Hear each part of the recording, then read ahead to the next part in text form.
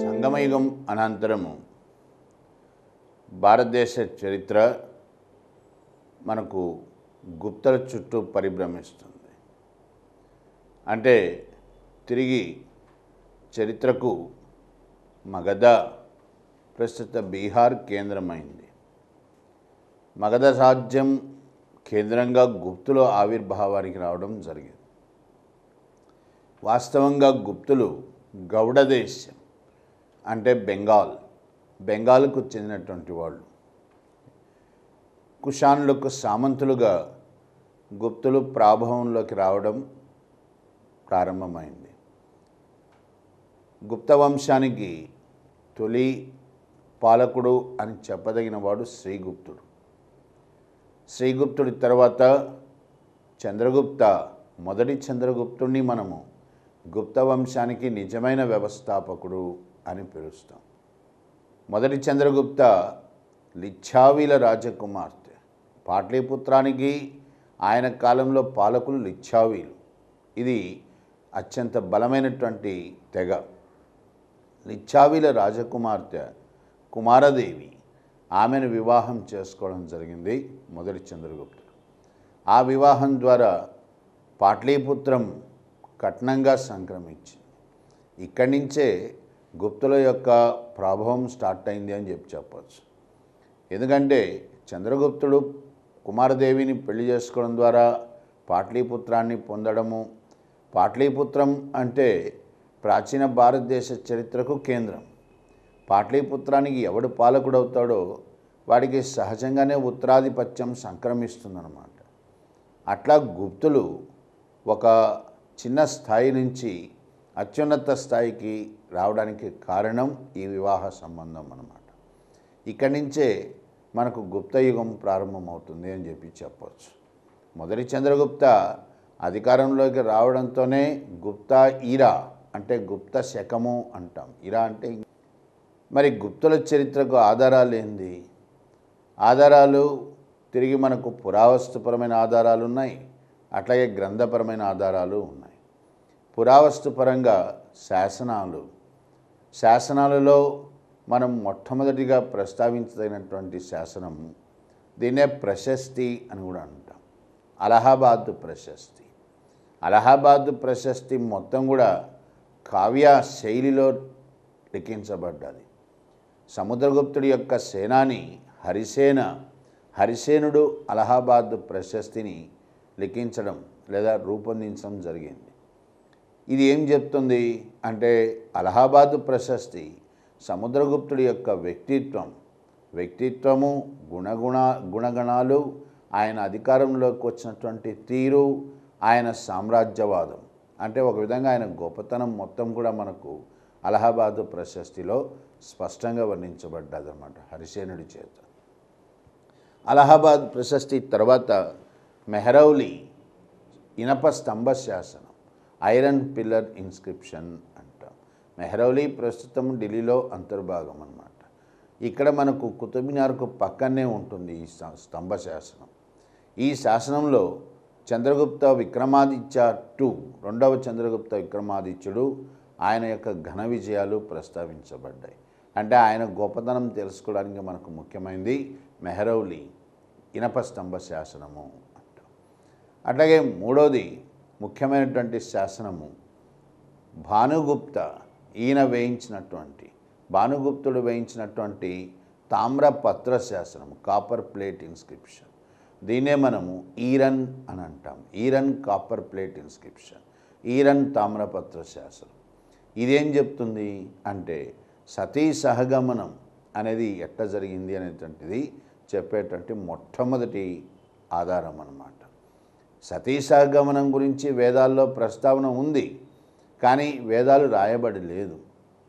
కాబట్టి మనకు లిఖితపూర్వకమైనటువంటి మొట్టమొదటి ఆధారం ఏది సతీ మీద అంటే భానుగుప్తుడు వేయించినటువంటి ఈరన్ కాపర్ ప్లేట్ ఇన్స్క్రిప్షన్, తామ్రపత్ర శాసనం. అట్లాగే బిటారీ శాసనము కుమారగుప్తుడి హయాంలో ప్రారంభమైనటువంటి హూనుల దాడుల గురించి ప్రస్తావిస్తుంది అన్నమాట. ఇట్లా ఈ 4 ముఖ్య శాసనాలు మనకు గుప్తుల చరిత్ర నిర్మాణానికి తోడ్పడతాయి. అట్లాగే గ్రంథపరమైనటువంటి ఆధారాలు ఉన్నాయి. గ్రంథపరమైనటువంటి ఆధారాలు లేదా సాహిత్యపరమైనటువంటి ఆధారాల్లో మనం ప్రస్తావించదగింది మొట్టమొదటిసారిగా కాళిదాసు రచనలు. కాళిదాస్ ఎవరి కొలువుకు చెందినవాడు అనేది చరిత్రలో ఒక వివాదాలు పక్కన పెడితే మనం అంగీకరిస్తున్నటువంటిది, అంటే ఎక్కువ మంది అంగీకరించిన విషయం, కాళిదాస్ రెండవ చంద్రగుప్త విక్రమాదిత్య కొలువుకు చెందినవాడై ఉండాలి. కాళిదాస్ సంస్కృతంలో రచించినటువంటి అభిజ్ఞాన శాకుంతలం, మేఘ సందేశం, ఋతు సంహారం, రఘువంశం, కుమార సంభవం, మాళవికాగ్నిమిత్రం, కాళిదాస్ యొక్క కావ్యాల్లో మనకు గుప్తుల యొక్క సమాజము, గుప్తుల యొక్క సాంప్రదాయాలు, సమాజము, నాటి పరిస్థితులు, వీటి గురించి మనము ఒక అవగాహనకు రావడానికి ఈ రచనలు తోడ్పడతాయి. కాళిదాస్ తర్వాత వజ్జిక రచించినటువంటి కౌముదీ మహోత్సవం అంటాం. కౌముదీ మహోత్సవం ఏం చెప్తుంది? మొదటి చంద్రగుప్తుడు అధికారంలోకి వచ్చినటువంటి తీరు. దీని మీద క్వశ్చన్ ఇచ్చారు ఒకసారి, గ్రూప్ 1 ప్రిలిమ్స్లో కూడా ఇచ్చాడు. మొదటి చంద్రగుప్త అధికారంలోకి వచ్చినటువంటి తీరును ప్రస్తావించేటువంటి గ్రంథం ఏది అని, కౌముదీ మహోత్సవం అంటాం. అట్లాగే విశాఖదత్తుడు రచించినటువంటి దేవీ చంద్రగుప్తంలో విశాఖదత్తుడు ఏమని చెప్తున్నాడు? రెండవ చంద్రగుప్తుడు అంటే చంద్రగుప్త విక్రమాదిత్య అధికారంలోకి వచ్చినటువంటి తీరు.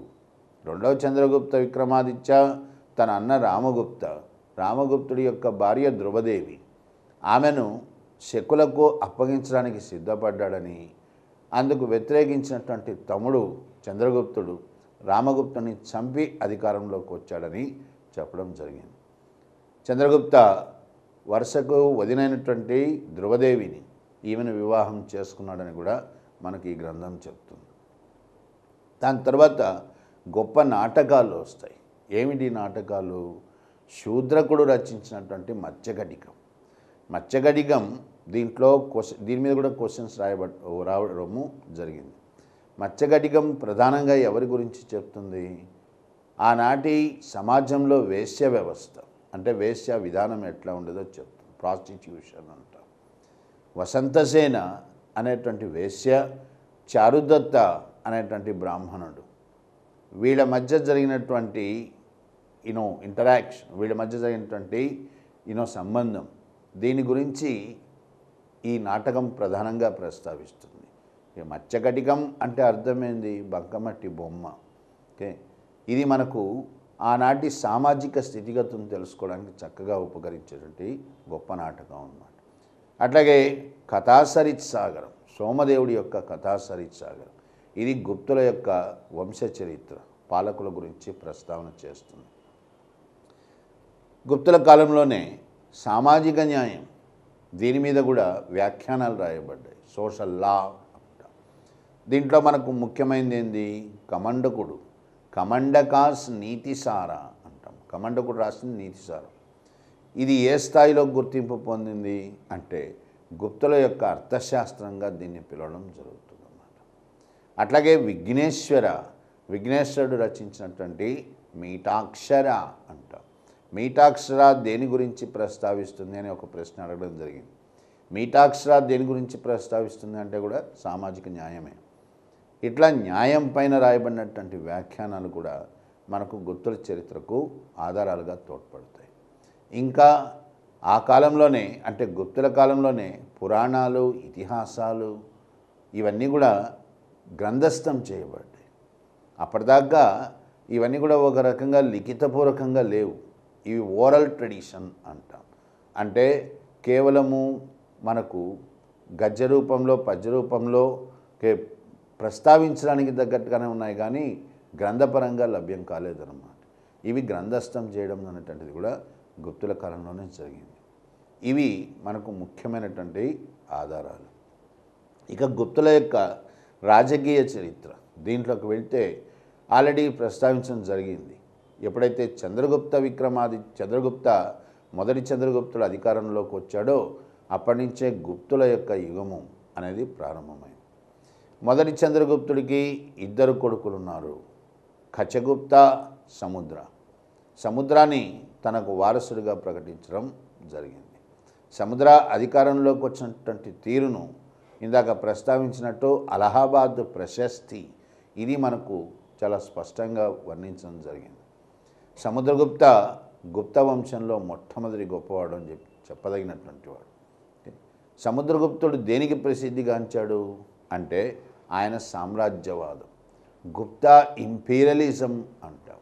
అసలు యుద్ధాన్ని ఎట్లా చేయాలో, యుద్ధం అనేది ఒక శాస్త్రమని మనకు చాటి చెప్పినవాడు సముద్రగుప్తుడు. He made war a science. ఇందులో సముద్ర 3 విధానాలు పాటిస్తాడు. ఇదంతా కూడా మనం దేని ఆధారంగా చెప్తున్నామంటే అలహాబాద్ ప్రశస్తి ఆధారంగానే చెప్తున్నాం. ఏమిటా 3 విధానాలు? సంగ్రహ, విమోచన, అనుగ్రహ.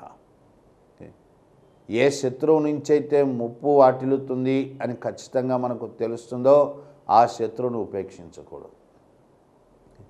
కొంతమంది శత్రువులను తొలగించాలి, తొలగించి వారి స్థానంలో మనకు అనుకూలమైన వాళ్ళని వినియోగించుకోవాలి. దీన్ని విమోచన అంటాడు. అట్లాగే అనుగ్రహ, శత్రువులను తొలగించడము, తిరిగి కొన్ని నియమాలతో వాళ్ళనే ఆ రాజ్యాలకు వాళ్ళని పునఃప్రతిష్ఠించడం, అంటే ఆ రాజ్యాలను తిరిగి వాళ్ళకి ఇవ్వడం. ఇట్లా సముద్రగుప్తుడు ఒక పక్క విధానాన్ని పాటించాడనమాట. ఈ సంగ్రహ, విమోచన, అనుగ్రహ భాగంలో సిద్ధాంతాల్లో భాగంగానే సముద్రగుప్త 9 మంది ఆర్యావర్తము అంటే ఉత్తర భారతదేశం, ముఖ్యంగా గంగా యమున పరివాహిక ప్రాంతం, ఆ ప్రాంతం మధ్య భారతదేశం కూడా చెప్పచ్చు. ఈ ప్రాంతాల్లో ఉన్నటువంటి బలమైనటువంటి 9 రాజులని జయించాడు. విమోచన, ఇందులో భాగంగా 18 ఆటవిక రాజ్యాలు, వీటిని విముక్తి చేశాడు. అనుగ్రహ, ఇందులో భాగంగా దక్షిణ భారతదేశంలోకి ప్రవేశించాడు.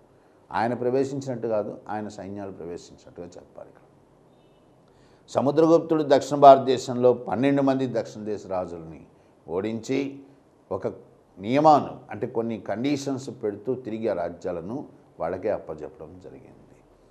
మరి సముద్రగుప్తుడు దక్షిణ భారతదేశంలో ప్రవేశించినట్టుగా నీకేమైనా ఆధారం ఉందా అంటే ఆయన సైన్యాలు ప్రవేశించినట్టుగా మనకు గ్రంథపరమైనటువంటి ఆధారాలు లేవు. అట్లాగే సముద్రగుప్తుడు మగధ కులాలు అనేటువంటి ఒక శాఖ, మగధ అంటేనే బీహార్, దానికి చెందినటువంటి కొంతమంది బ్రాహ్మణులను పంపుతున్నాడు. అసలు గుప్త సామ్రాజ్యవాదం వెనకాల అసలు కారణమేంది, ఇది కూడా మనకు అర్థం కావాల్సిన విషయం అన్నమాట. గుప్త సామ్రాజ్యవాదంలో సముద్రగుప్తుడు కేవలం రాజకీయపరమైన కోణంలోనే సామ్రాజ్యవాదాన్ని కొనసాగించాడా, లేదా ఇతర కారణాలు ఉన్నాయా? సముద్రగుప్త అసలు కారణం ఏమిటి అంటే బ్రాహ్మణ మతాన్ని బలోపేతం చేయడం. ఇది చాలా ముఖ్యమైనది. ఎందుకంటే గుప్తులు కులం పరంగా వాళ్ళు వైశ్యులు, వ్యాపారస్తులు. వైశ్యులైన వాళ్ళు కులధర్మం ప్రకారం అయితే అధికారంలోకి రాకూడదు. కానీ గుప్తుల పాలకులైనారు.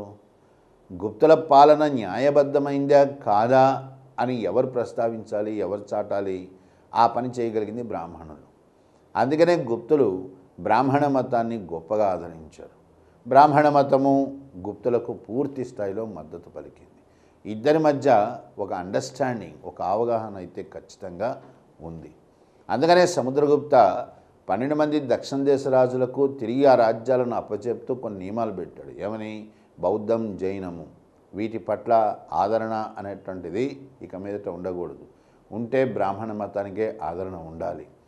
ఇటువంటి నియమాలు కూడా మనకు స్పష్టంగా కనిపిస్తాయి అన్నమాట. దాన్ని బట్టి సముద్రగుప్తుడి అసలు ఉద్దేశం బ్రాహ్మణ మతాన్ని బలోపేతం చేయడము అని మనం చెప్పవచ్చు. అట్లాగే సముద్రగుప్త ఈశాన్య రాష్ట్రాలు, మనం నార్త్ ఈస్టర్న్ స్టేట్స్ అని అంటాం, వీటిలో సమతట, దావక, కామరూప, నేపాల, కుతూరా ఇట్లాంటి ప్రాంతాలు, వీటన్నిటిని కూడా జయించాడు. మణిపూర్, అస్సాం, మేఘాలయ, సమతట, దావక, కామరూపం అంటే ఇదే, నేపాల్ ఈ ప్రాంతాలపైన కూడా ఆయన ఆధిపత్యం నెలకొల్పబడినట్టుగా తెలుస్తోంది. ఈ ప్రాంత పాలకులు సముద్రగుప్తుడికి తమ వ్యక్తిగత విధేయతను ప్రకటించారు అని అలహాబాద్ శాసనం ప్రస్తావిస్తోంది. సముద్రగుప్త భారతదేశానికి నలుమూలలకు వెళ్ళాడు కానీ పశ్చిమ దిక్కుకు వెళ్ళలేదు. పశ్చిమ దిక్కులో ఔధేయ, ఆడంబర, ఆర్జనాయన, మైత్రక వంటి బలమైనటువంటి తెగలు ఉన్నాయి. ఈ రాజ్యాలను ఆయన కావాలనే వదిలిపెట్టేశాడు. ఎందుకంటే ఆయన ఉద్దేశం ఏంది? సరిహద్దు రాజ్యాలు సరిహద్దుల్ని కాపాడే బాధ్యత నిర్వహించుకోవాలా. ఓకే, వాటిని ఆక్రమించుకోవడం సులభమే, కానీ వాటిని నిర్వహించడం కష్టమవుతుంది. సముద్రగుప్తుడి ఆలోచన ఏమిటి అంటే భవిష్యత్తులో కానీ తర్వాత అప్పుడు కానీ తెగలు, విదేశీ తెగలు భారతదేశంపై దాడులకు వస్తే భారతదేశ సరిహద్దును కాపాడే బాధ్యత ఈ తెగల రాజ్యాలే స్వీకరిస్తాయి. అట కాకుండా వాటిని ఆక్రమించుకుంటే భవిష్యత్తులో సరిహద్దుల్ని కాపాడే బాధ్యత గుప్తులది అవుతుంది. అది వారికి కొంత భారాన్ని కలిగించవచ్చు, సమస్యను సృష్టించవచ్చు. అందుకనే సముద్రగుప్త సరిహద్దు రాజ్యాలు, పశ్చిమ దిక్కున ఉండేటువంటి సరిహద్దు రాజ్యాలను ఆక్రమించకుండానే వదిలేశాడనమాట. ఇక్కడ ఆయన గొప్ప రాజనీతి కనిపిస్తుంది అనమాట. ఇతను పాటించినటువంటి విధానం నెపోలియన్ విధానాలు ఈ రెండు కూడా ఒకే రకంగా ఉంటాయన్నమాట చూడడానికి. అందుకనే విఎస్ స్మిత్ సముద్రగుప్తాని సామాన్యంగా మనం సముద్రగుప్తుడి బిరుదేంది అనగానే ఇండియన్ నెపోలియన్ అంటాం. ఇండియన్ నెపోలియన్ అనేది ఆయన బిరుదు కాదు, ఆయన బిరుదు కవిరాజ. సముద్రగుప్తుడికి సంగీతంలో సాహిత్యంలో కూడా గొప్ప ప్రవేశం ఉంది అని మనం చెప్పాలి. ఎట్లా చెప్పగలుగుతాము అంటే సముద్రగుప్తుడు వెండి నాణ్యాలు ముద్రించాడు. ఈ నాణ్యాల్లో మనకు ఆయన వీణ ప్రయోగిస్తున్నట్టుగా, వీణ మీడుతున్నట్టుగా కూడా కనబడతాడనమాట. అంటే సంగీతంలో ప్రవేశం ఉంది అని చెప్పచ్చు. సో ఇక్కడ సముద్రగుప్త విధానాలు, ఈ విధానాల వల్లనే ఆయన మనం ఇండియన్ నెపోలియన్, ముఖ్యంగా రణతంత్రం వల్ల ఆయన ఇండియన్ నెపోలియన్ అంటాం. అంతేగాని ఇండియన్ నెపోలియన్ అనేది ఆయన బిరుదు కాదు. ఆయన్ని ఆ విధంగా పిలిచింది విన్సెంట్ స్మిత్ పిలవడం జరిగింది. ఆయన అసలు బిరుదు కవిరాజ. సముద్రగుప్తుడికి కూడా ఇద్దరు కొడుకులు ఉన్నారు, రామగుప్త, చంద్రగుప్త. ఈ చంద్రగుప్త II, రెండవ చంద్రగుప్తుడు అవుతాడు. ఆయనే మనము చంద్రగుప్త విక్రమాదిత్య అని కూడా అంటాం. చంద్రగుప్త రెండవ విక్రమాదిత్య, చంద్రగుప్త II విక్రమాదిత్య. గుప్త వంశంలో సుప్రసిద్ధుడు. రెండవ చంద్రగుప్త విక్రమాదిత్య గుప్త వంశంలో సుప్రసిద్ధుడు అని చెప్తాం. ఆయన అధికారంలోకి వచ్చిన తీరు ఇందాకే ప్రస్తావించడం జరిగింది. విశాఖదత్తుడు మనకు దేవి చంద్రగుప్తంలో చంద్రగుప్త అధికారంలోకి వచ్చినటువంటి తీరును వివరిస్తాడనమాట. అధికారంలోకి వచ్చినటువంటి రెండవ చంద్రగుప్త శకులను పూర్తిగా నిర్మూలించాడు. ఆయనకు బద్ధశత్రువులు శకులు అనమాట. అందుకనే ఆయన శకారి అనేటువంటి బిరుదును కూడా పొందుతాడు. శకులను జయించిన వాడు భారతదేశ చరిత్రలో మొట్టమొదటివాడు విక్రమాదిత్యుడు. ఈ విక్రమాదిత్యుడు ఉజ్జయినికి పాలకుడు అనమాట. ఆయన మొట్టమొదటివాడు. అందుకనే తన విజయానికి గుర్తుగా చంద్రగుప్తుడు కూడా విక్రమాదిత్య అనే బిరుదును తీసుకుంటాడు. గుప్త వంశంలో రెండవ చంద్రగుప్తుడు కాబట్టి రెండవ చంద్రగుప్త అని పిలుస్తాము. విక్రమాదిత్యుడు అంటే ఎందుకంటే శకులను పూర్తిగా జయించినవాడు అనే అర్థం కాబట్టి అట్లా ఆయన రెండవ చంద్రగుప్త విక్రమాదిత్య అని పిలువబడ్డాడు. ఈయన కూతురు ప్రభావతి గుప్త మనకు ఒక రకంగా చరిత్రలో తొలి స్త్రీ పాలకురాలు అని చెప్పదగింది ప్రభావతి గుప్త వాకాటకులు. గుప్తులు వాకాటకులతో వివాహ సంబంధాలు ఏర్పరచుకున్నారు. ప్రభావతి గుప్త తన భర్త చనిపోగానే అధికారంలో కూడా వచ్చింది. అట్లా పరిపాలన చేపట్టినటువంటి మొట్టమొదటి స్త్రీ పాలకురాలు ప్రభావతి గుప్త అని చెప్పచ్చు. రెండవ చంద్రగుప్త విక్రమాదిత్య హయాంలోనే చైనా బౌద్ధ యాత్రికుడు పాహియాన్ ఈయన భారతదేశ పర్యటనకు వచ్చాడు, పాట్లీపుత్రాన్ని దర్శించాడు. రెండవ చంద్రగుప్త విక్రమాదిత్య కాలంలోనే మనకు గుప్త స్వర్ణయుగము అనేది ప్రారంభమైంది అని చెప్పాలి. స్వర్ణయుగము అంటే ఊహించని ప్రగతి, గొప్ప ప్రగతి. ఏ రంగంలో చూసినా కానీ గొప్ప ప్రగతి అనేటువంటి సాధించబడ్డది. ఇందుకు ప్రధానంగా మనం చెప్పదగింది ఏంది ఇక్కడ అంటే రెండవ చంద్రగుప్త విక్రమాదిత్య కొలువులోనే నవరత్నాలు 9 గొప్ప రంగాల్లో నవరత్నాలు అనమాట. ఆయా రంగాల్లో నిష్ణాతులు అనమాట వాళ్ళు. ఘటకర్పక, క్షిపణక, బేతాళభట్టు, శంకు, కాళిదాసు, వరాహమిహిర, వరరుచి, అమరసింహ, ధన్వంతరి, ఇట్లా 9 మంది వస్తారన్నమాట. వీళ్ళని నవరత్నాలు అని అంటాం. వీళ్ళు ఏ రకంగా సంస్కృతి వికాసానికి సాహిత్య వికాసానికి తోడ్పడ్డారో తర్వాత ప్రస్తావిస్తాం. సో గుప్తుల కాలంలో రెండవ చంద్రగుప్త కాలాన్ని మనం స్వర్ణయుగము అని చాటడం జరిగింది అన్నమాట. ఈయన తర్వాత కుమారగుప్త అధికారంలోకి వచ్చాడు. కుమారగుప్త హయాంలోనే నలంద విశ్వవిద్యాలయము స్థాపించబడ్డది. కుమారగుప్త సుదర్శన తటాకం, ఇది ఇప్పటికే 2 సార్లు ప్రస్తావించాం. సౌరాష్ట్రం, గుజరాత్లోని సుదర్శన తటాకం, సుదర్శన చెరువు, సుదర్శన లేక్ అంటాం. దీన్ని నిర్మించింది పుష్యగుప్తుడు. దీనికి మొట్టమొదటిసారిగా మరమ్మతులు చేసింది రుద్రదాముడు, రెనోవేషన్. కుమారగుప్త హయాంలో ఈ తటాకానికి, సుదర్శన తటాకానికి రెండవసారి మరమ్మతులు చేయడం జరిగింది అన్నమాట. అట్లాగే కుమారగుప్తుడి హయాం దేనికి సంబంధించింది ముఖ్యంగా అని అంటే నలంద విశ్వవిద్యాలయం. నలంద విశ్వవిద్యాలయానికి స్థాపకుడుగా కూడా ఆయన మనం గుర్తిస్తాం. కుమారగుప్తుడి హయాంలోనే హూణులు, ఎవరి హూణులు? విదేశీ తెగలు, ముఖ్యంగా మధ్య ఆసియా ప్రాంతానికి చెందినవాడు. తెల్ల హూణులు అంటాం, వైట్ హూన్స్. ఇది అరాచక శక్తులు అన్నమాట. దోపిడీ మీదనే జీవనం సాగిస్తారు. అనాగరికులు ఒక రకం.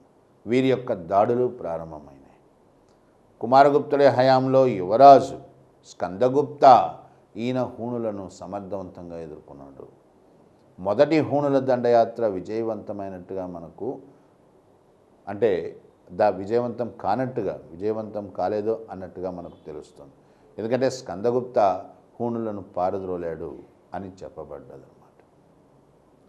కుమారగుప్తుడి తర్వాత స్కందగుప్త వచ్చే సమయానికి హూణుల దాడులు ఉధృతమైనాయి.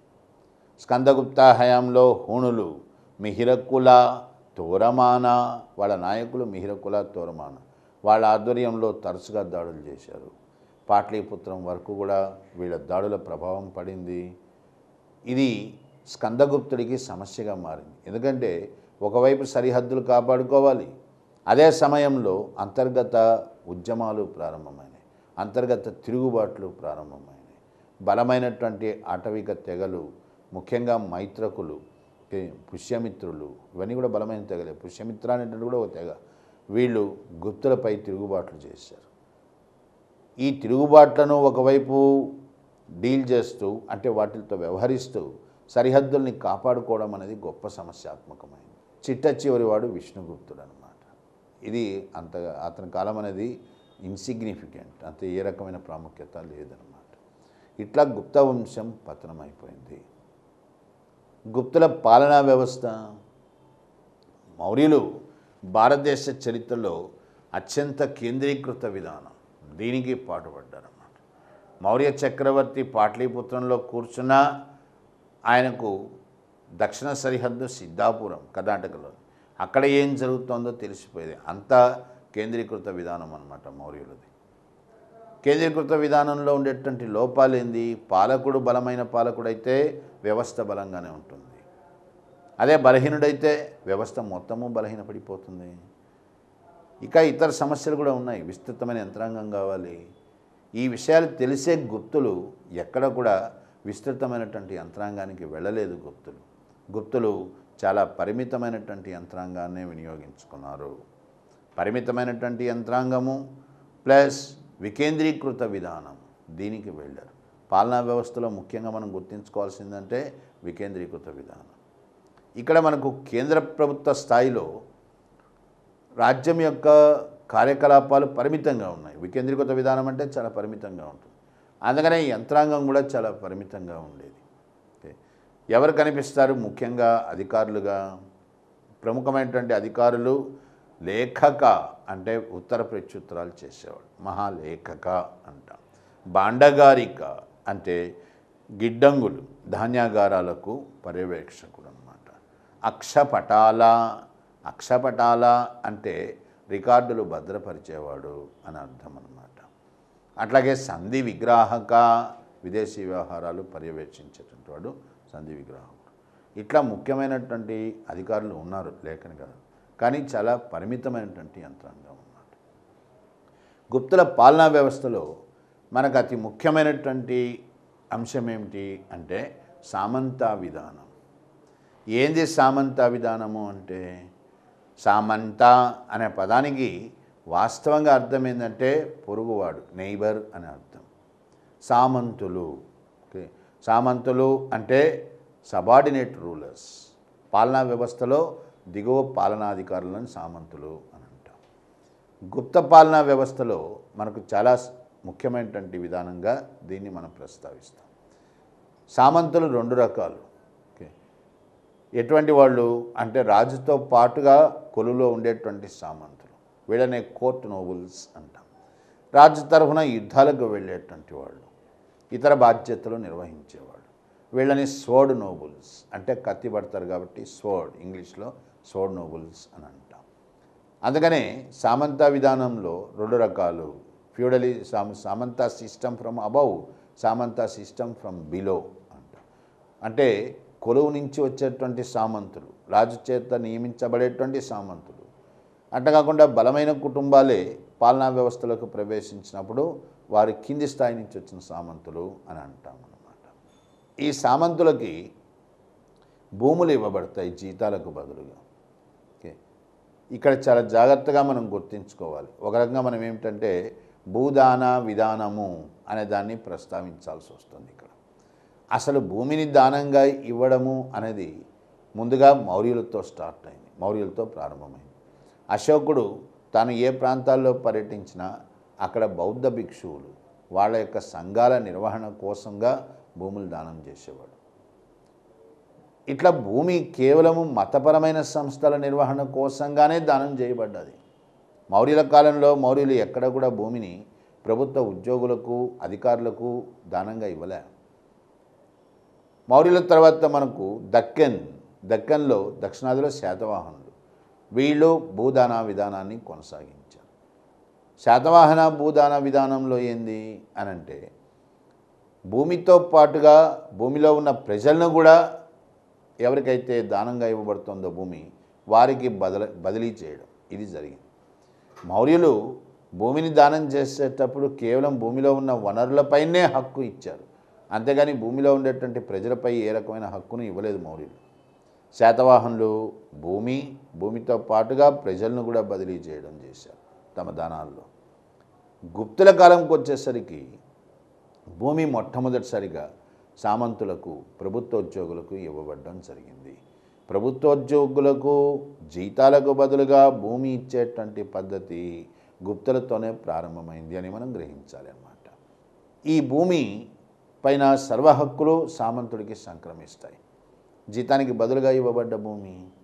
ఓకే, ఈ భూదానంలో మనం గుర్తించాల్సింది ఏంటంటే గుప్తులు బ్రాహ్మణులకు కూడా అధిక సంఖ్యలో భూదానాలు ఇచ్చారు.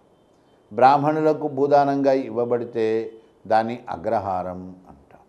కేవలం బ్రాహ్మణ కుటుంబాలే ఆ ప్రాంతంలో నివాసం ఏర్పరచుకుంటాయి. దేవాలయాలు వీటి నిర్వహణ కోసం భూములు దానం చేస్తే దాన్ని బ్రహ్మదేయం అంటాం. దేవాదాయం లేదా బ్రహ్మదేయం భూములు దానంగా ఇవ్వబడితే దేవాలయానికి. అట్లాగే విద్యా సంస్థలు ఉంటాయి, వీటికి కూడా భూములు దానం చేస్తారు. వాటికి భూముల్ని దానం చేస్తే వాటిని సులభోగములు అంటాం. సులభోగ అంటే విద్యా సంస్థ నిర్వహణ కోసం ఇవ్వబడినటువంటి భూములు. ఇట్లా భూదానాలు అనేటువంటి పలు రకాలుగా ఉంటాయి. ఇక్కడ సామంత విధానానికి వస్తే సామంతులకు జీతాలకు బదులుగా భూములు ఇవ్వబడుతున్నాయి. అందువల్ల ఏమైంది, భారతదేశ చరిత్రలో మొట్టమొదటిసారిగా అత్యంత బలమైన భూస్వామ్య వర్గం ఏర్పడ్డది. ఒక రకంగా గుప్తుల యొక్క భూదాన విధానం నుంచే భూస్వామ్య వ్యవస్థ అనేటువంటిది ప్రారంభమైంది, ఏర్పడ్డది భారతదేశ సమాజంలో. ఇంకా ఏం తెలుసుకోవాల్సి వస్తుంది అని అంటే పాలనా వ్యవస్థకు సంబంధించి ఈ సమాచారం సరిపోతుంది. పాలనా వ్యవస్థతో పాటుగా మనకు గుప్తుల స్వర్ణయుగం, ఇది ఎగ్జామినేషన్లో మనకు చాలా ముఖ్యమవుతుంది అన్నమాట. ఇంతకుముందే చెప్పాను, స్వర్ణయుగము అంటే ఒక రకంగా గుప్తుల కాలం నాడు సాధించబడినటువంటి గొప్ప ప్రగతి. అన్ని రంగాల్లోనూ కనిపిస్తుంది ఈ ప్రగతి. సాహిత్యము, వాస్తు, సంగీతము, చిత్రలేఖనము, ఓకే, మరియు సైన్సెస్ అంటే సామాన్య శాస్త్రాలు, గణితము, ఖగోళ శాస్త్రము, వైద్యము, ఈ రంగాల అన్నిట్లో కూడా సాంకేతిక పరంగాను కానీ గుప్తుల కాలము గొప్ప ప్రగతిని సాధించింది. ఆ ప్రగతి మొత్తాన్నే మనము స్వర్ణయుగము అంటాం. ఏ కల్చరల్ ఎఫ్లారెసెన్స్, సాంస్కృతికపరమైనటువంటి పరిపూర్ణమైన వికాసం ఇది. అంత ప్రగతి మళ్ళీ భారతదేశం ఒక యుగంలో సాధించడం అనేటువంటిది ఎప్పుడు జరగలేదన్నమాట. మరి ఎక్కడ కనిపిస్తుంది ఈ ప్రగతి మనకు? ముందు మనం వాస్తు అంటే ఆర్కిటెక్చర్ చేసుకున్నాం. వాస్తులో మనం గుర్తించాల్సినటువంటి ముఖ్యమైన పరిణామం ఏంటంటే గుప్తుల కాలం నుంచి దేవాలయాల నిర్మాణం ప్రారంభమైంది. ఎక్కడ? ఉత్తర భారతదేశం. అసలు భారతదేశ చరిత్రలోనే దేవాలయాల నిర్మాణము అనేది ఎవరితో ప్రారంభమైంది అంటే ఇక్ష్వాకులు. శాతవాహనుల తర్వాత ఆంధ్రదేశానికి పాలకులు ఇక్ష్వాకులు. వీళ్ళు మొట్టమొదటిసారిగా దేవాలయాల నిర్మాణానికి పూనుకున్నారు. అంటే క్రీస్తు శకం 2వ శతాబ్దం నాటికి మనకు తొలి దేవాలయాలు అనేటువంటి నిర్మించబడ్డాయన్నమాట భారతదేశంలో. అదే ఉత్తర భారతదేశంలో దేవాలయాల నిర్మాణం అనేటువంటిది గుప్తులతో స్టార్ట్ అయింది. గుప్తుల యొక్క శైలి ఏంది? ఆలయాల నిర్మాణం స్టార్ట్ అయింది, ప్రారంభమైంది. మరి శైలి ఏంది? శైలిని ఏమంటాము అంటే నగరా శైలి అంటాం. నగరా శైలిలో మనకు కర్వీలీనియర్ టవర్స్ కనిపిస్తాయి. అంటే నగరా శైలిలో మనకు ముఖ్యంగా కనిపించేది ఏంటంటే శిఖరాలు కనిపిస్తాయి.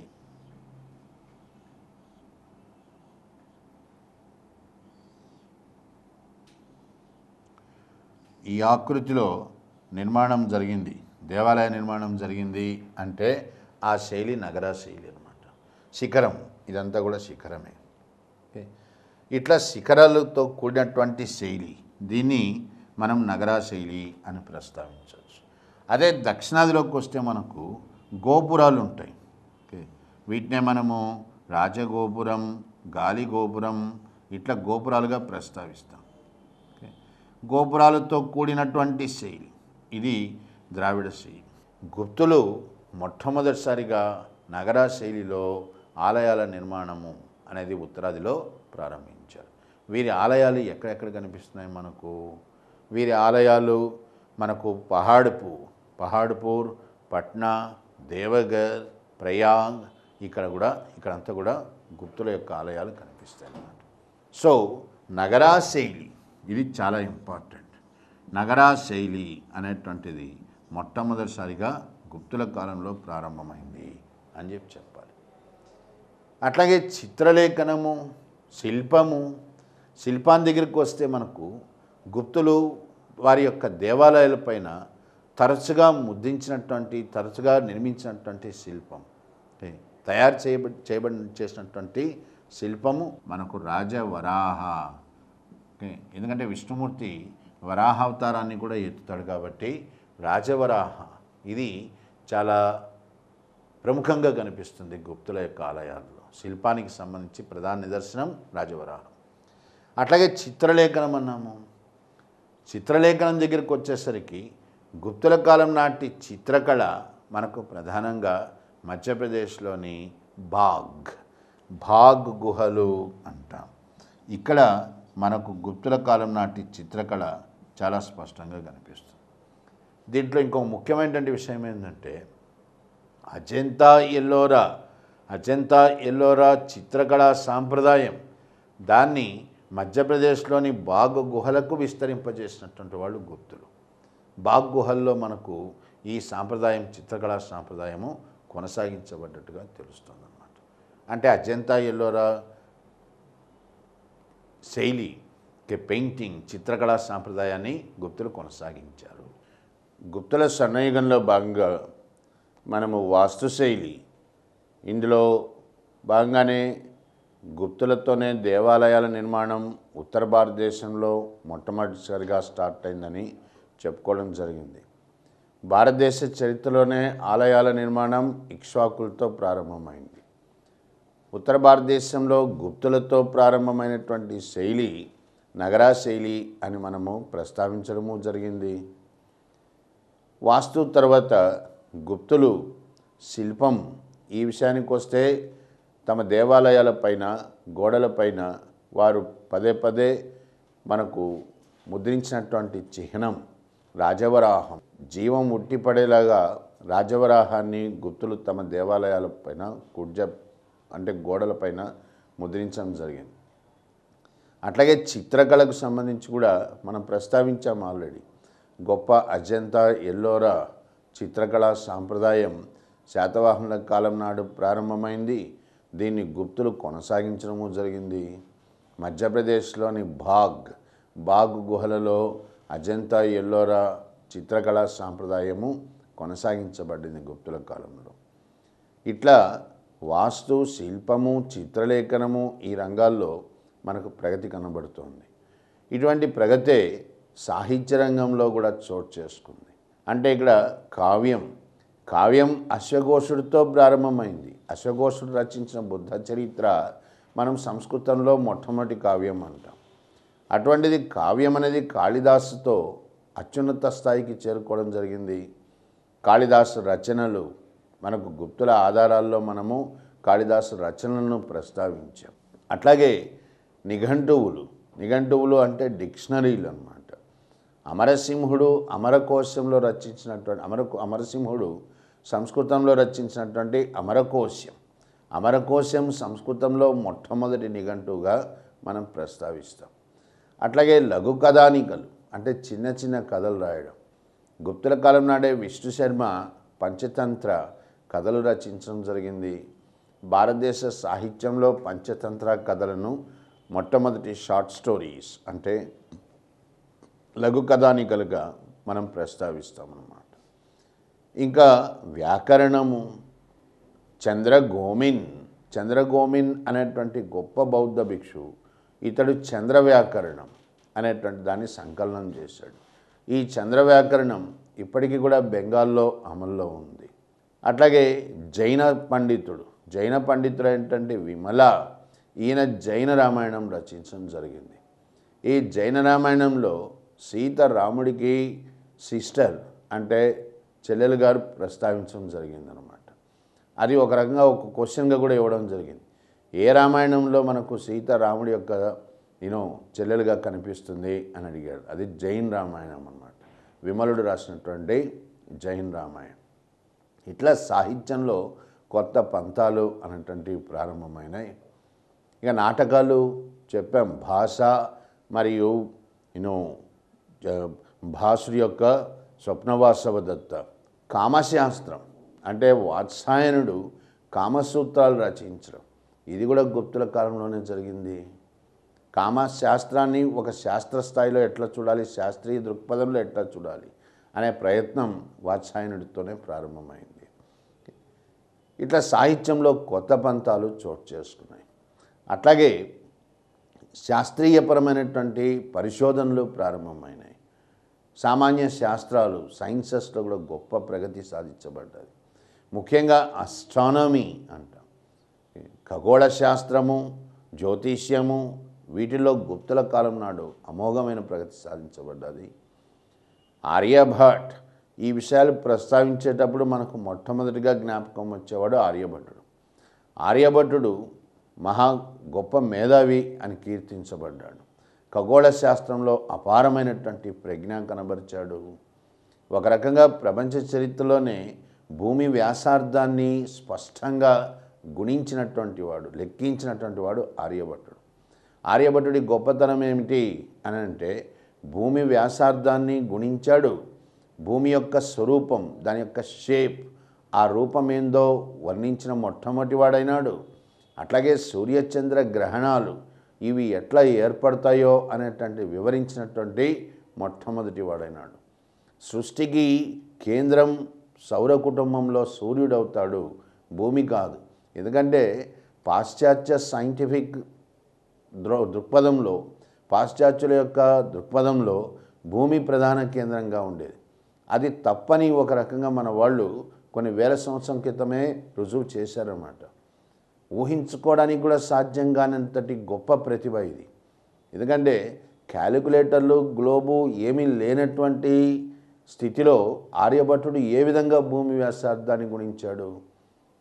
అట్లాగే ఆర్యభట్టుడు ఖగోళ శాస్త్రంలో సూర్య సిద్ధాంత ఆర్యభాటీయం అనేటువంటి గొప్ప ప్రామాణికమైనటువంటి గ్రంథాలు రచించాడు. మనకు ఎగ్జామ్లో ఒక క్వశ్చన్ ఇవ్వడం జరిగింది. లెక్కించడంలో గణితంలో సున్నా వాడకం ఇది ఎవరితో ప్రారంభమైంది అని. ఆర్యభట్టుడికి గణితంలో అపారమైన ప్రజ్ఞ ఉంది, లేకపోతే గణితం లేకుండా అస్ట్రాలజీ అనేది రాదనమాట. కానీ ఆర్యభట్టుడితో సున్నా వాడకం ప్రారంభం కాలే, జీరో వాడకం. ఆర్యభట్టుడి కంటే ముందే మనకు లెక్కించడంలో సున్నా వాడకం అనేది కనిపిస్తుంది. మరి ఎవరు కనుక్కున్నారు? ఎవరో భారతీయుడు కనుక్కున్నాడు. అందుకని దాన్ని ఏమంటామంటే అన్నోన్ ఇండియన్ అని అంటాం. ఎవరో భారతీయుడు, పేరు తెలియదు అనమాట, ఒక అనామకమైనటువంటి భారతీయుడు అనమాట. ఇతడు ఎనానిమస్ అంటాం. ఇతడితోనే సున్నా వాడకము ప్రారంభమైందనమాట. దేంట్లో? లెక్కల్లో, గుణించడంలో అనమాట. ఆర్యభట్టుడికి ముందే సున్నా వాడకం ఉంది అని గ్రహించాలి.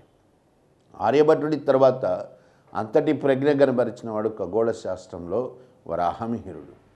వరాహమిహిరకి పంచసిద్ధాంత బృహత్ సంహిత, బృహత్ జాతక వంటి గొప్ప గొప్ప గ్రంథాలు రచించడం జరిగింది. వరాహమిహిరుడే రోమశ సిద్ధాంత అనేటువంటి సిద్ధాంతాన్ని పొందుపరిచాడు. దాని ఆధారంగానే మనం ఈరోజు సూర్యచంద్ర గ్రహణాల గురించి తెలుసుకోవడానికి మరియు మన యొక్క ముహూర్తాలు, అంటే ఒక రకంగా చెప్తే ఏంటంటే ఈ రోమశ సిద్ధాంతం ఆధారంగా క్యాలెండర్, పంచాంగం, మన యొక్క పంచాంగం రూపొందించబడ్డది. ఈరోజు మనము అబ్జర్వ్ చేస్తున్నటువంటి పంచాంగం అనేటువంటి దానికి వరాహమిహిరుడు కర్త అవుతాడు. అట్లాగే వరాహమిహిరుడి తర్వాత వచ్చినటువంటి వాడు బ్రహ్మగుప్తుడు. బ్రహ్మగుప్త ఖగోళ శాస్త్రంలో గొప్ప ప్రతిభ కనబరిచినటువంటి వాడు అన్నమాట. ఒక రకంగా న్యూటన్ కంటే ముందు, ఒక రకంగానే కాదు, న్యూటన్ కంటే ముందే ఖచ్చితంగా చెప్పవచ్చు. న్యూటన్ కంటే ముందు బ్రహ్మగుప్తుడు భూమికి గురుత్వాకర్షణ శక్తి ఉంది అని ప్రతిపాదించాడు. Brahmagupta preceded Newton in founding the theory of gravitation. భూమికి గురుత్వాకర్షణ శక్తి ఉంది. ఎక్కడ చెప్తున్నాడు ఆయన ఆ విధంగా? బ్రహ్మస్ఫుట సిద్ధాంత, ఆయన సిద్ధాంతం బ్రహ్మస్ఫుట సిద్ధాంతం. ఖండకాజ్యక అనే మరో గ్రంథం కూడా రాస్తాడు బ్రహ్మగుప్తుడు. ఇట్లా ఆర్యభట్ట, వరాహమిహిర, బ్రహ్మగుప్త ఖగోళ శాస్త్రంలో గొప్ప ప్రజ్ఞ కనబరిచినటువంటి వాళ్ళు అన్నమాట. అట్లాగే ఖగోళ శాస్త్రం తర్వాత వైద్యము. భారతదేశ చరిత్రలో తొలి సర్జన్ అన్నమాట. అంటే కరెక్ట్గా మనకు ఆపరేషన్ చేయడం అన్నమాట, సర్జరీ. చరకుడితో స్టార్ట్ అవుతుంది, చరక సంహితతో. అట్లాగే చరకుడు ఫిజీషియన్ కూడా అనమాట. ఆయుర్వేదంలో చరక సంహిత ముందుగా చెప్పదగినటువంటి ప్రామాణికమైనటువంటి గ్రంథం అన్నమాట. దాని తర్వాత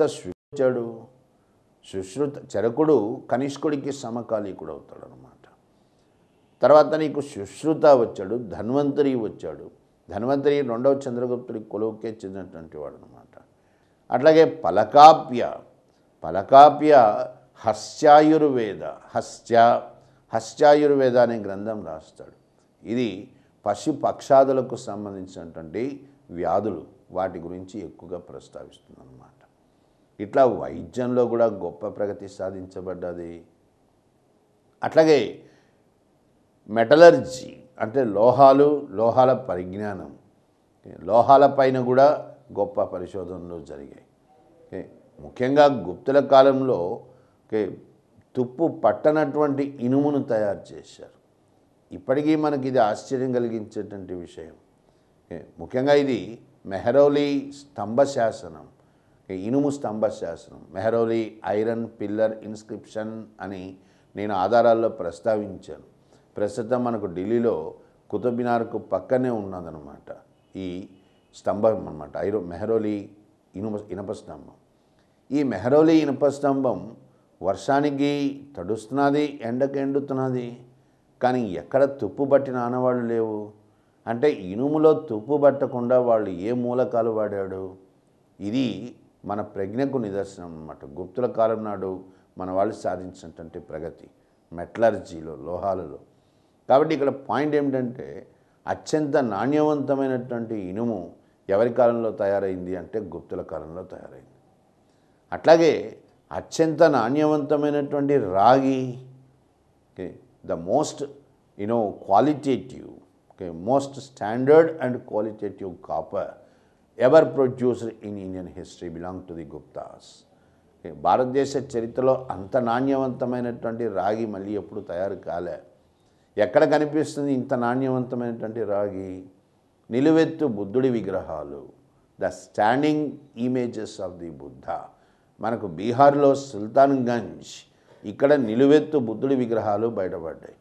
ఈ నిలువెత్తు బుద్ధుడి విగ్రహాల్లో, రాగి విగ్రహాల్లో అత్యంత నాణ్యవంతమైనటువంటి రాగిని మనం వాడడం జరిగింది గుప్తుల కాలంలో. దురదృష్టవశాత్తు ఈ విగ్రహాలు ప్రస్తుతం మనకు ఇండియాలో లేవు. ఇవి లండన్ మ్యూజియంకి తరలించబడడం జరిగింది బ్రిటిష్ వాళ్ళ హయాంలో. ఇప్పటికీ అవి లండన్ మ్యూజియంలోనే ఉన్నాయన్నమాట. అత్యంత నాణ్యవంతమైనటువంటి రాగి వీటిలో ప్రయోగించబడడం జరిగింది. అట్లాగే గుప్తుల కాలంలో నేత వస్త్రాలు నేయడంలో కూడా వాళ్ళు గొప్ప పరిజ్ఞానాన్ని కనబరిచారన్నమాట. గుప్తుల కాలంలో మథుర కేంద్రంగా సతకా, SATAKE, సతకా అంటాం, అత్యంత నాణ్యవంతమైనటువంటి వస్త్రం తయారు చేయబడేది. గుప్తుల కాలంలో వస్త్ర పరిశ్రమకు ప్రధానమైనటువంటి కేంద్రాలు మథుర, వారణాసిలో పట్టు పరిశ్రమ, మథురలో చేనేత పరిశ్రమ.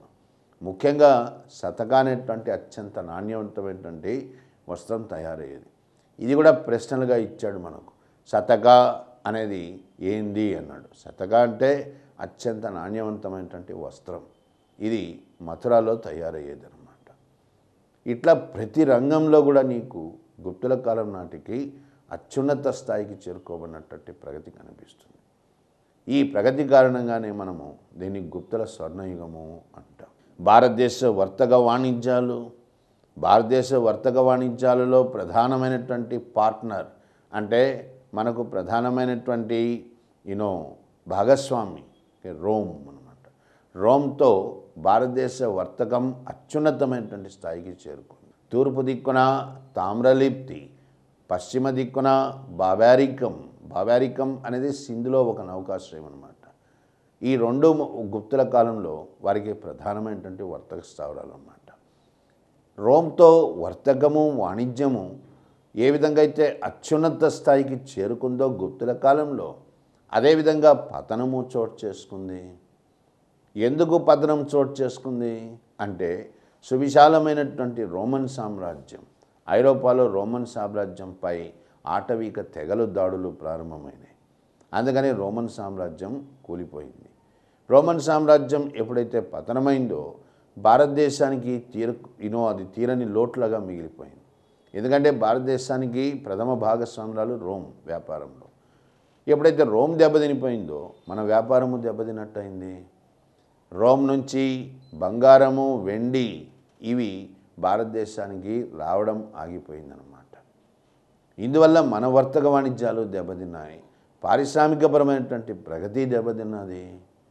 ఒక క్వశ్చన్ ఇచ్చాడు, ఇట్లా వ్యాపార వాణిజ్యాలు దెబ్బతినడం వల్ల తేరుకోలేని విధంగా దెబ్బతినిపోయిన పట్టణం ఏది అని. ఇక ఆ పట్టణం యొక్క ప్రస్తావన మళ్ళీ రాదు మనకు చరిత్రలో. అదేది అంటే మథుర. సామాన్యంగా గుప్తుల కాలంలో చివరి దశకు వచ్చేసరికి పట్టణ దశ అనేటువంటిది దెబ్బతినిపోతుంది. పట్టణాల నిర్మాణం, ఎందుకంటే పట్టణాలు వర్ధిల్లాలా అంటే వర్తకము, వాణిజ్యం ఉండి తీరాలా. అట్లాంటిది రోమ్తో ఎప్పుడైతే భారతదేశ వర్తక వాణిజ్యాలు దెబ్బతినిపోయినాయో అప్పటి నుంచే మన యొక్క పరిశ్రమలు దెబ్బతిన్నాయి, పట్టణాలు దెబ్బతిన్నాయి. ఇది సంక్షిప్తంగా మనము గుప్తుల గురించి మనము గ్రహించాల్సినటువంటి విషయాలన్నమాట. గుప్త యుగము ముగియగానే మనకు ఒక రకంగా ప్రాచీన భారతదేశ చరిత్ర చివరి దశకు వస్తున్నది అని చెప్పి మనం గ్రహించాలి. గుప్తుల తర్వాత ఉత్తర భారతదేశంలో అత్యంత ప్రముఖ రాజ్యవంశం పుష్యభూతీయులు. గుప్తులకు సామంతులుగా పుష్యభూతీయులు ప్రస్తుత హర్యానా రాష్ట్రంలోని స్థానేశ్వర్ దీనిని రాజధానిగా వెలుగులోకి వచ్చారు. హర్యానాలోని స్థానేశ్వర్ ఇది కేంద్రంగా పుష్యభూతి వంశం వెలుగులోకి వస్తుంది. పుష్యభూతి వంశాన్ని ఒక రకంగా మనము వర్ధనులు అని కూడా అంటాం. నరవర్ధనుడు, ప్రభాకరవర్ధనుడు, రాజ్యవర్ధనుడు, హర్షవర్ధనుడు, ఇట్లా కొనసాగుతుంది ఆ వంశం. నరవర్ధనుడు ఒక రకంగా ఈ వంశానికి మొట్టమొదటి పాలకుడు అని చెప్పచ్చు. నరవర్ధనుడి తర్వాత ప్రభాకరవర్ధనుడికి 2 కొడుకులు, 1 కూతురు. పెద్ద కొడుకు రాజ్యవర్ధనుడు, కూతురు రాజశ్రీ, ఇంకా 2వ కొడుకు హర్షవర్ధనుడు. రాజశ్రీని కనౌజ్ పాలకుడు. కనౌజ్ అంటే ఉత్తరప్రదేశ్లో కనౌజ్. ఈ కనౌజ్కి పాలకుడు ఏంటంటే గృహవర్మ. కనౌజ్కి పాలకులు మౌఖరీలు. గొప్ప పాలక వంశం, అది బలమైన వంశం. సో ఈ వంశానికి చెందినటువంటి గృహవర్మకి ఇచ్చి రాజశ్రీని పెళ్లి చేయడం జరిగింది. ఇది పుష్యభూతిలు చాలా సంతోషించదగినటువంటి విషయమైంది. ఎందుకంటే వాళ్ళ రాజకుమార్తె బలమైనటువంటి రాజవంశంతో వివాహ సంబంధాలు ఏర్పరచుకోవడం జరిగింది. కానీ దురదృష్టవశాత్తు గృహవర్మ చంపబడ్డాడు. గౌడ దేశం అంటే బెంగాల్కు పాలకుడైనటువంటి గౌడ శశాంక, అట్లాగే మాళ్వాకు పాలకుడైనటువంటి దేవగుప్త, ఈ 2 కూడా గృహవర్మకు ప్రధాన శత్రువులు అన్నమాట. వారి చేత గృహవర్మ చంపబడడం జరిగింది. ఇది పుష్యభూతి వంశానికి గొప్ప సంక్షోభాన్ని సృష్టించినట్టయింది. రాజశ్రీ చెరబట్టబడ్డది. హర్షుడు అధికారంలోకి వచ్చినటువంటి సంవత్సరం క్రీస్తు శకం 606. 606 నుంచి 642 వరకు కూడా హర్షుడి పరిపాలనే అని చెప్పాలన్నమాట. 646 దాకా హర్షుడి పరిపాలన అన్నమాట, దాదాపు 40 సంవత్సరాల పాటు. 606ని మనం హర్ష శకంగా కూడా పరిగణిస్తాం. ఇప్పటికి కూడా హర్ష శకం ఒరిస్సాలో అమల్లో ఉందన్నమాట. 606 హర్షుడు అధికారంలోకి వచ్చి ప్రధాన శత్రువు గౌడ శశాంకాను పారదోలడం జరిగింది.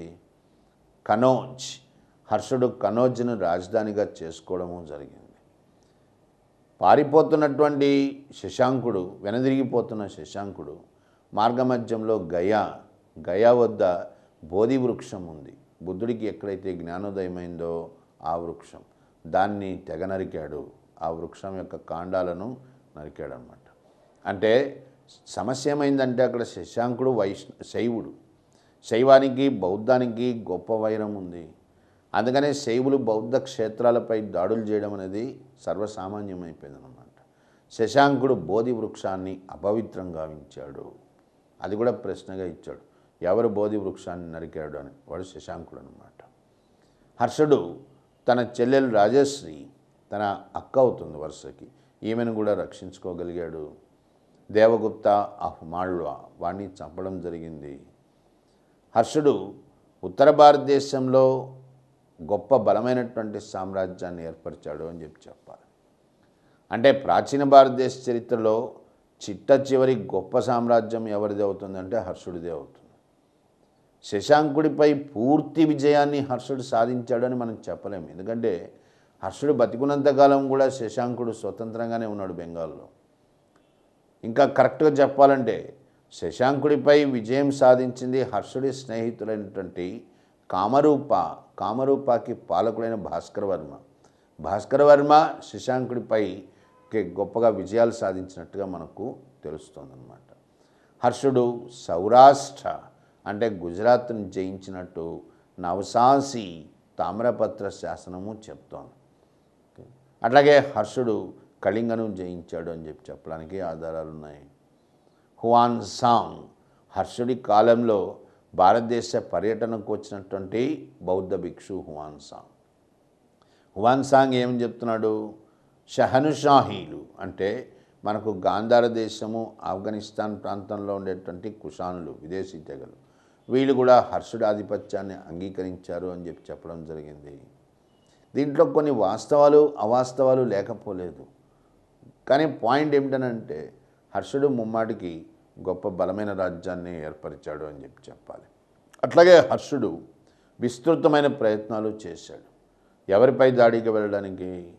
హర్షుడు ఉత్తర భారతదేశాన్ని పరిపాలిస్తున్నటువంటి కాలంలోనే దక్షిణ భారతదేశంలో 2 బలమైనటువంటి రాజ్యాలు, పాలక వంశాలు ఉన్నాయి, రాజ్యాలు ఏర్పరచడం జరిగింది. ఈ రెండు బలమైనటువంటి పాలక వంశాలు పశ్చిమ చాళుక్యులు. పశ్చిమ చాళుక్యులు ప్రస్తుత కర్ణాటక రాష్ట్రంలోని బాదామి దీని కేంద్రంగాను, పల్లవులు తొలి పల్లవులు అమరావతి, మలి పల్లవులు కాంచీపురం, వీటి రాజధానులుగా పల్లవులు బలమైనటువంటి రాజ్యాలను ఏర్పరచుకొని ఉన్నారు ఆల్రెడీ. ఓకే, ఇప్పుడు పశ్చిమ చాళుక్యుల్లో అత్యంత బలమైనటువంటి వాడు రెండవ పులకేశి. ఎందుకంటే హర్షవర్ధనుడు దక్షిణాదిలోకి రావాలా అంటే రెండవ పులకేశిపై దాడి తప్పదనమాట. కానీ రెండవ పులకేశి గొప్ప పరాక్రమవంతుడు, హర్షవర్ధనుని ఓడిస్తాడు పులకేశి. నర్మదా వద్ద జరిగినటువంటి యుద్ధంలో హర్షుడు ఓడిపోయినాడు. ఆ విజయానికి గుర్తుగానే రెండవ పులకేశి పరమేశ్వర అనే బిరుదును తీసుకున్నాడు. రెండవ పులకేశి యొక్క సమకాలీకుడు రవికీర్తి మనకు ఐహోలే శాసనం వేయిస్తాడు. ఐహోలే ప్రశస్తి అంటాం, పొగుడుతూ రాయబడ్డది ప్రశస్తి. దాంట్లో రవికీర్తి మనకి ఈ విషయాన్ని నిర్ధారిస్తాడు కూడా. సో హర్షుడి ప్రయత్నం దక్షిణాదిలోకి ప్రవేశించాలా అనేటువంటి హర్షుడి ప్రయత్నం విజయవంతం కాలేదు అని చెప్పచ్చు. ఇంకా హర్షుడి యుగం దేనికి ప్రసిద్ధిగాంచింది అంటే ముఖ్యమైనటువంటి పరిణామాలు ఏంది? చైనా యాత్రికుడైన హువాన్సాంగ్ భారతదేశానికి రావడం జరిగింది. హువాన్సాంగ్ భారతదేశంలో తన అనుభవాలు వీటన్నిటినీ కూడా ఆయన పొందుపరుస్తూ సియుకి అనేటువంటి గ్రంథం రాస్తాడు హువాన్సాంగ్ హర్షుణ్ణి మహాయాన బౌద్ధంలోకి మార్చడము జరిగింది. ఆయన బిరుదు కూడా ఉంది శిలాదిత్య. ఇది హర్షుడి బిరుదు. హర్షుడి యొక్క బిరుదు శిలాదిత్య అంట. హర్షుడు ఎప్పుడైతే బౌద్ధంలోకి మార్చబడ్డాడో హర్షుడు ప్రయాగ్ అంటే ప్రస్తుత అలహాబాద్ మరియు కనోజ్ ఇక్కడ బౌద్ధ సమావేశాలు నిర్వహించాడు. అట్లాగే హర్షుడు గొప్ప దాత అని కూడా ప్రస్తావించబడ్డాడు. ఎవరు చెప్తున్నారు మనకు ఈ విషయము? హర్షుడి కొలువుకు చెందినటువంటి గొప్ప పండితుడు సంస్కృతంలో బాణుడు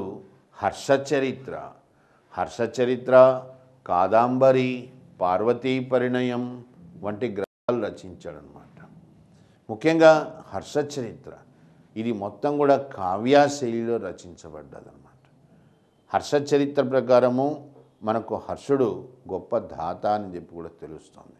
ఓకే, ఆయన ప్రతి సంవత్సరము కూడా విరివిగా దానాలు చేసేవాడని, పాలన పట్ల గొప్ప దక్షత కలిగిన వాడని. ఏ స్థాయిలో దక్షత కలిగిన వాడు అంటే కొంత ఇక్కడ వాస్తవాలని వక్రీకరించడం కూడా జరిగింది. 24 గంటల్లో 22 గంటలే.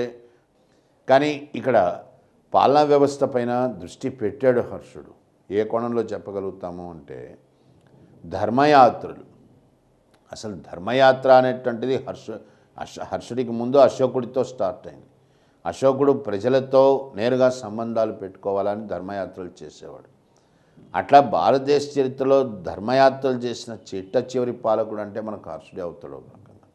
హర్షుడు దేశ పర్యటన చేసేవాడు, ప్రజలతో సంబంధాలు పెట్టుకున్నాడు, చక్కటి పరిపాలనను అందించాడు. అట్లాగే హర్షుడు అపారమైనటువంటి పాండిత్యాన్ని కనబరిచాడు. చాలా రేర్గా ఉంటుంది ఇట్లాంటి క్వాలిటీస్ అన్నమాట. ఎంత గొప్ప పాలనాధ్యక్షుడో సామ్రాజ్య నిర్మాతో అంతటి ప్రతిభ. ఓకే, ఎక్కడ సాహిత్యంలో హర్షుడు సంస్కృతంలో నాగానందం రత్నావళి ప్రియదర్శిక అనేటువంటి నాటకాలు రాయడం జరిగింది. ఇటు సాహిత్యంలోనూ అటు పాలనా వ్యవస్థలోనూ గొప్ప ప్రజ్ఞను కనబరిచాడు హర్షుడు. అందుకనే మనం హర్షుడిని భారతదేశ చరిత్రలో చిట్ట చివరి గొప్ప చక్రవర్తి అని అనడం జరుగుతుంది. దీంతో ఒక రకంగా భారతదేశ చరిత్రలోనే ప్రాచీన యుగం ముగిసినట్టు అవుతుందన్నమాట. హర్షుడు ఏనాడైతే మరణించాడో అప్పటి నుంచి కొత్త మార్పులు స్టార్ట్ అవుతున్నాయి, కొత్త మార్పులు చోటు చేసుకుంటున్నాయి. ఆ కొత్త మార్పులే భవిష్యత్ భారతదేశ చరిత్రను ప్రభావితం చేయబోతున్నాయి. అంటే ప్రాచీన భారతదేశ చరిత్ర నుంచి మనము తొలి మధ్య యుగాల్లోకి ప్రవేశించబోతున్నాం. కానీ తొలి మధ్య యుగాల్లోకి ప్రవేశించే ముందు మరొక 2 ముఖ్యమైనటువంటి రాజవంశాల గురించి మనం ప్రస్తావించాల్సి వస్తుంది. ఆ రెండు ముఖ్యమైనటువంటి రాజవంశాలే పశ్చిమ చాళుక్యులు మరియు పల్లవులు.